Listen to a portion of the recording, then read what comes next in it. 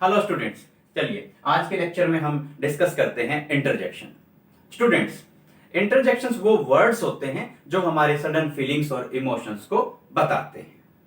और ये इंटरजेक्शंस जो होते हैं ये ग्रामेटिकली एक सेंटेंस में दूसरे वर्ड से रिलेटेड नहीं होते। ग्रामर के हिसाब से, व्याकरण के हिसाब से दूसरे वर्ड से ये रिलेटेड, इनका कोई रिलेशन नहीं होता है। ये इंडिपेंडेंट होते हैं और ये हमारे सडन फीलिंग्स और इमोशंस को, अचानक हमारे मन में कोई भावना आती है, दुख की, खुशी की, डर की, भय की, उनको दर्शाने के लिए अचानक अनायास ही हमारे मुंह से निकल जाते हैं। और इंटरजेक्शंस को बताने के लिए हम साइन ऑफ एक्सक्लेमेशन का यूज करते हैं।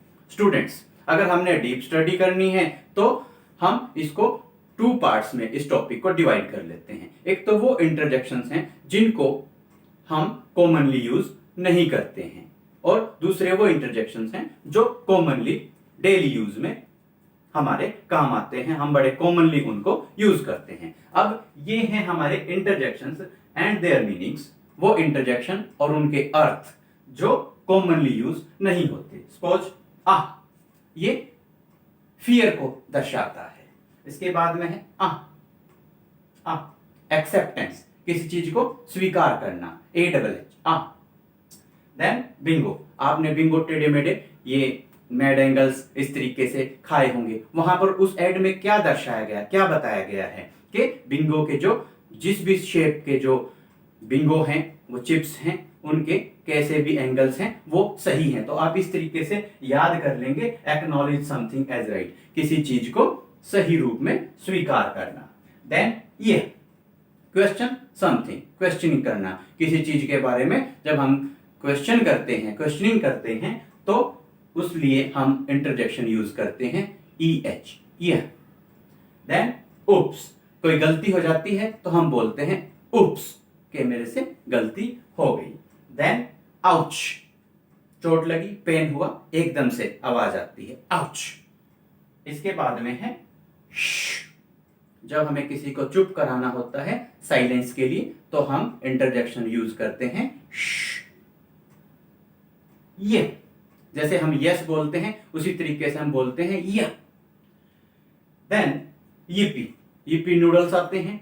अब कब आप नूडल्स खाते हैं? जब आप पार्टी करते हैं, सेलिब्रेशन करते हैं। तो सेलिब्रेशन को, उत्सव को, एंजॉयमेंट को, जॉय को आप दर्शाने के लिए, आनंद को बताने के लिए आप yippee इंटरजेक्शन का यूज करते हैं। देन किसी ने आपसे कुछ पूछा, आप आंसर करते हैं देन हम का जो इंटरजेक्शन है, इसका मीनिंग क्या हुआ?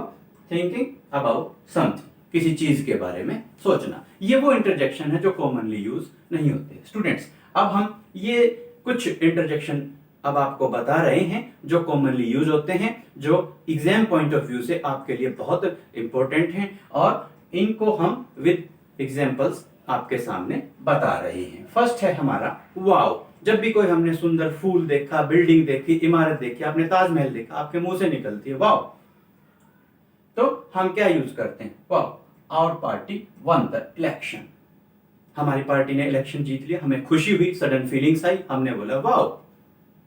ब्रेव, जब हमारे सोल्जर्स हैं, उन्होंने एक बैटल को जीत लिया, हम बोलते हैं brave, our soldiers won the battle. तो ये भी खुशी को दर्शा रहा है। ये ब्रेवो जो इंटरजेक्शन है ये भी खुशी को बताता है। ओह, दुख, अफसोस जो होता है, दुख की भावना को प्रकट करने के लिए। इसी तरीके से अलास, ओह अलास, दोनों किस चीज को? सैडनेस को, दुख को प्रकट करने के लिए ये इंटरजेक्शन यूज किए जाते हैं। जैसे oh his mother is dead, alas his father is dead. तो हम दुख को प्रकट करने के लिए ओह और अलास इंटरजेक्शंस का यूज करते हैं। हुर्रा, अगेन वाव की तरह।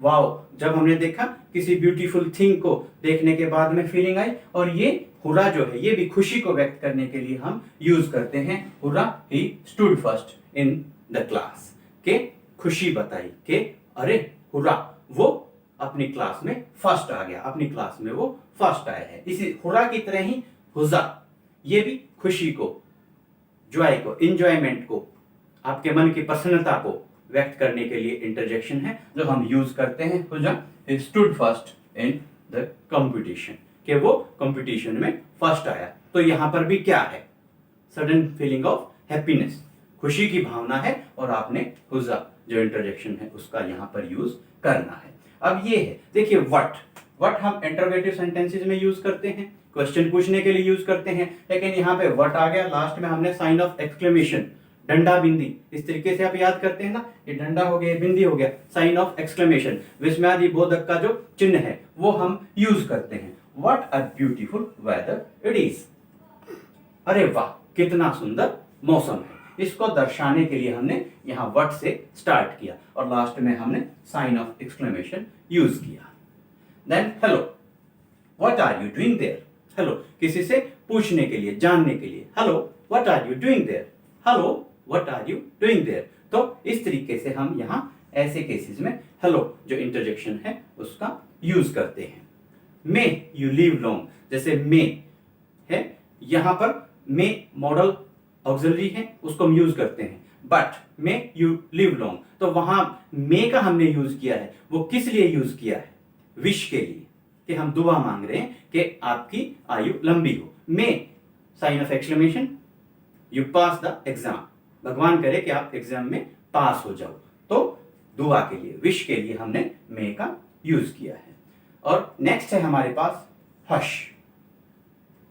हश होता है जब हम किसी को, अगर कोई रो रहा है तो, या कोई एक्टिविटी या एक्शन कर रहा है और हमने उसको मना करना है, जैसे don't cry, hush don't cry, hush don't make a noise, चुप हो जाओ, शोर मत मचाओ, या कोई रो रहा है, समवन इज क्राइंग, तो हमने उसको चुप कराना है, जैसे हमने ऐसे यूज किया था इंटरजेक्शन, उसी तरीके से हम हश जो है इंटरजेक्शन इसका यूज करते हैं जब हमने किसी को प्रोहिबिट करना है, मना करना है, रोकना है कि वो उस एक्टिविटी को ना करे, कि वो ना रोए, वो शोर ना मचाए।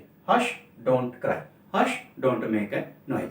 स्टूडेंट्स, उम्मीद करते हैं कि बहुत ही सिंप्लीफाइड तरीके से हमने आपको इंटरजेक्शन का जो टॉपिक है ये हमने समझाया है, और अपने नेक्स्ट लेक्चर में ग्रामर के अगले एक टॉपिक के साथ आपसे फिर होगी मुलाकात। Fine, have a nice day.